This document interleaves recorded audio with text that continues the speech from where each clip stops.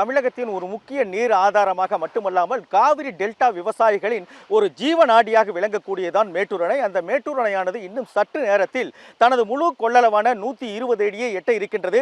அதனால்தான் தற்போது இந்த கடல் போல தற்போது இந்த மேட்டூர் அணையானது காட்சியளித்துக் கொண்டிருக்கின்றது.